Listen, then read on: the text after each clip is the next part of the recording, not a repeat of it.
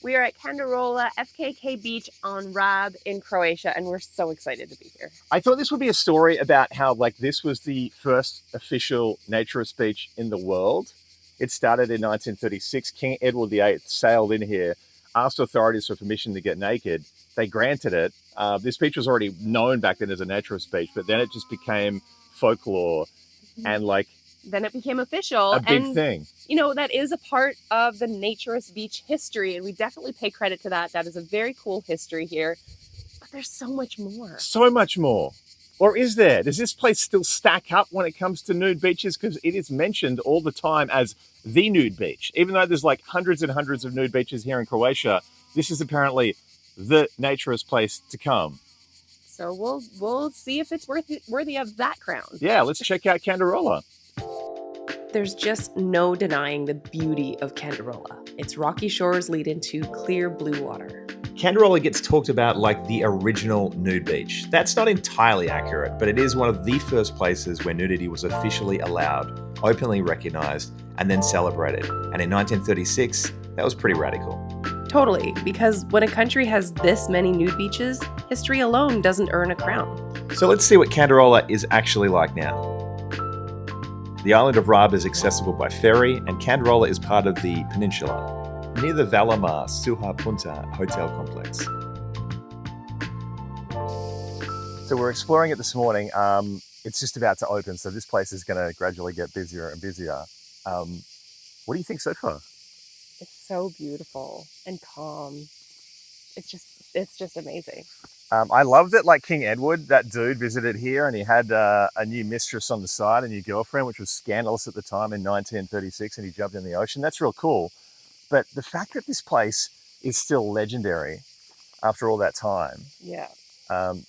just goes to prove that, I don't think it even needs that. No, a modern day legend indeed.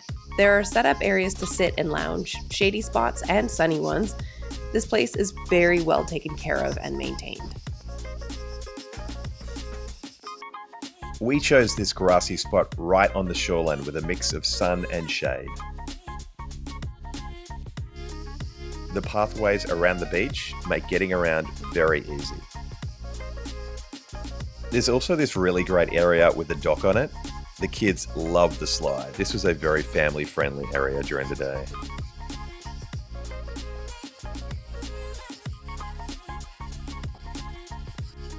So if we look a little bleary-eyed, the reason is that we have to be here very early in order to be able to get the access to show you what it looks like, because otherwise during the day, it is pretty full around here. So now we're up early and just look at how calm and beautiful it is. Wow.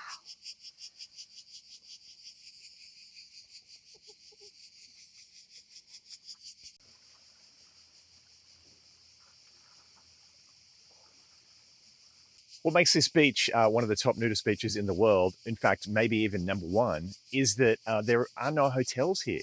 You can't stay right on this beach. Yet every day, this beach is full of naturists. And we came here yesterday. This beach was filled with people. Every single one of them was naked. This is a big place, but when you spread out people across this whole area, it actually feels pretty small. This was one of my favorite sections to hang out in. The water is deep enough to just jump in, and the stairs make it easy to climb out. I think this is my favorite spot, number 86.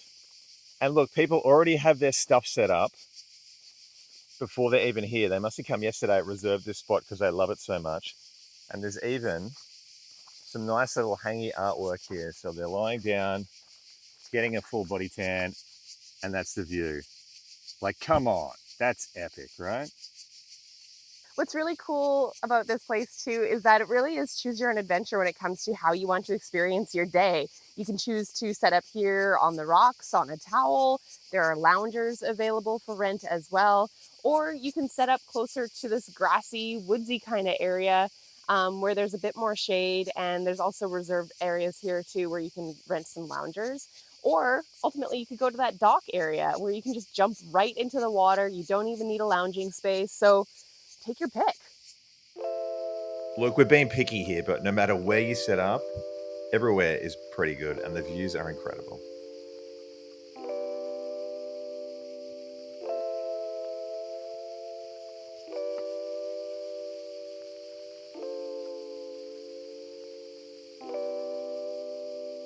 What do you say? We just go down to number 86. We move that gear, and maybe accidentally, maybe overnight, it got blown away, and we're there now. No, we can't do that. They want to have a nice day at the beach. There's so many other places that we can choose. Why don't we just go to the dock? You like the dock? I think the dock do. is kind of boring. Like there's so much wilderness here to hang out in.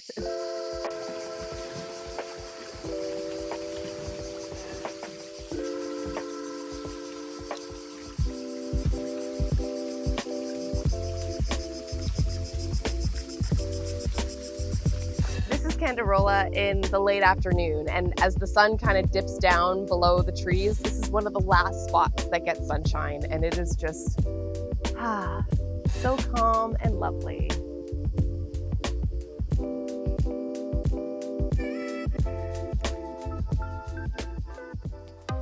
You could hang at the beach the whole time, or you could get some local culture and history into you. And that's what we did. We did a guided tour of the Rab port. We got to learn about the local architecture and all the history. It was such a beautiful town.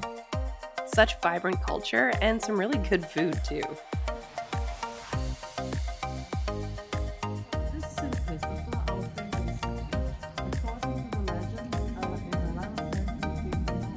We definitely worked up a sweat. I don't know if you can see my sweaty back in here, but I hope not. It was very hot. It was so hot. Time to get back to the beach.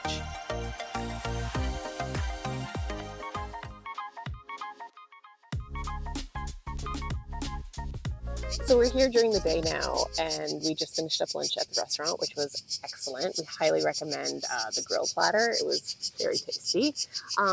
Obviously, we can't show you very much because there are people all around us, but you can kind of see this spot that we've chosen right on a bit of a cliff face here. You can see the water behind me, and it sort of almost feels like we have it to ourselves. It's all very like private and good sectioned off, and yeah, it's like so lovely and calm. Lounging is nice, but I even talked to you into jumping off the dock, which you never do. Never.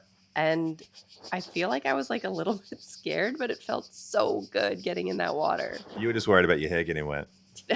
Exactly. You're not going to jump, are you? Might. Don't do it. Don't do it.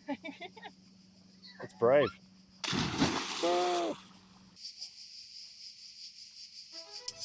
So we know the old royal came here.